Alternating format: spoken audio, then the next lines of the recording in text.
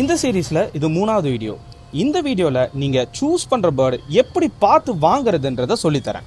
So இந்த எக்ஸ்பெரிமெண்ட்டுக்கு நம்ம ஒரு ஹேண்ட் ஃபீடிங் சிக்கையும் பார்க்க போறோம், செல்ஃப் ஃபீடிங் பேர்டையும் பார்க்க போறோம்.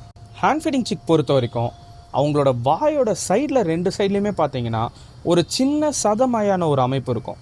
அந்த இடத்த உங்களோட 2 விரலால் கரெக்டாக பிடிக்கும் போது சிக்ஸ் இம்மீடியட்டாக நீங்கள் சாப்பாடு கொடுக்க போகிறீங்கன்னு நினச்சி குதிக்க ஆரம்பிக்கும்.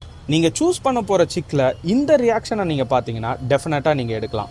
அப்படி இல்லைன்னா அந்த சிக்கு ஒன்று பேரண்ட் கிட்டேருந்து இம்மீடியட்டாக எடுத்துகிட்டு வந்திருக்கலாம். அப்படி இல்லைன்னா அந்த சிக்கை வாங்குறத பெருசாக ப்ரிஃபர் பண்ணாதீங்க. அண்ட் சிக்கை நீங்கள் தூக்கி பார்க்கும்போது அவங்க நல்லா கொழுன்னு இருக்கணும்.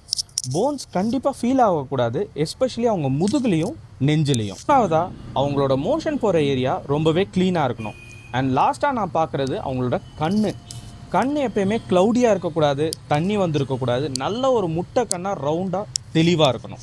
இதுவே தானாக இறை எடுக்க தெரிஞ்ச பறவை செல்ஃப் ஃபீடிங் பேர்டை பொறுத்த வரைக்கும் கண், மூக்கு, வாய் எங்கேயும் தண்ணி வரக்கூடாது. அப்புறம் மோஷன் போகிற ஏரியா க்ளீனாக இருக்கணும். செஸ்ட் போன் தொட்டால் ஃபீல் ஆகணும், பட் பிடிக்கிற அளவுக்கு ஷார்ப்பாக இருக்கக்கூடாது.